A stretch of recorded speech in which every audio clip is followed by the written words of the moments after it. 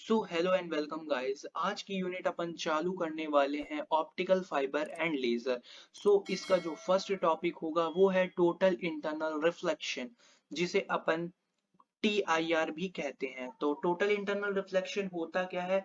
When a light travels from denser medium when a light travels from denser medium of an optically dense light travel जब करेगी denser medium से rarer medium at the interface, it is partially reflected back into the same medium and partially refracted to the second medium. This reflection is called total internal reflection। यानी जो total internal की आप definition लिखेंगे वो simply आपको यही लिख देनी है। total internal की definition आप यही लिख देंगे और यही डेफिनेशन आपकी टोटल इंटरनल रिफ्लेक्शन की रहेगी। तो एक बार और बता देता हूँ, when a light travels from an optically denser medium to a rarer medium at the interface, it is partially reflected back into the same medium and partially refracted to the second medium. This is called as total internal reflection. यानी आपको total internal reflection में इतनी definition ही लिखनी है मात्र।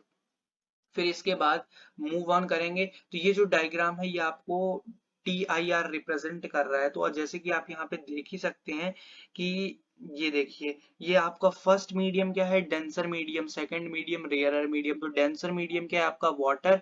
और rarer medium आपका क्या है? एयर। तो यहाँ से अपनी लाइट ट्रेवल कर रही है towards the normal and away from the, when rarer से denser जाएगी towards the normal और denser to rarer जाएगी away from the normal। तो ये आप देख सकते हैं away जा रही है। तो ये पहले वाली क्या है? रिफ्लेक्टेड रे है।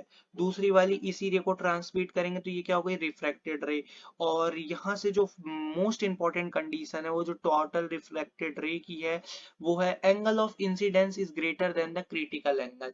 यहाँ से जो एंगल ऑफ इंसिडेंस है आप देख सकते हैं, ये एंगल ऑफ इंसिडेंस है और ये आई डैश है। तो ये एंगल ऑफ इंसिडेंस ग्रेटर है किससे? क्रिटिकल एंगल से। ये इसकी कंडीशन होती है टोटल इंटरनल रिफ्लेक्शन की।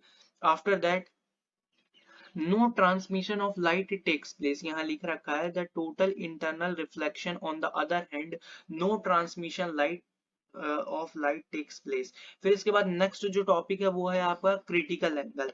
तो ये क्रिटिकल एंगल किसे कहते हैं? The angle of incidence corresponding to the angle of refraction at 90 degree called critical angle।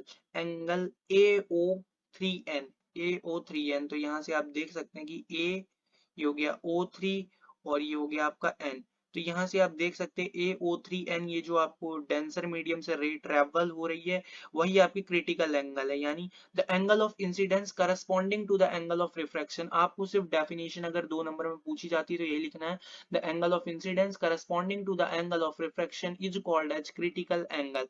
और बस यही है आपके सिलेबस में। तो बस इतना ही आप इसे रेफर कीजिए और आपके इतने में ही हो जाना है सब कुछ। और ये डायग्राम आपका काफी इंपॉर्टेंट है जो टोटल इंटरनल रिफ्लेक्शन में बताता है that angle of incidence is greater than critical angle.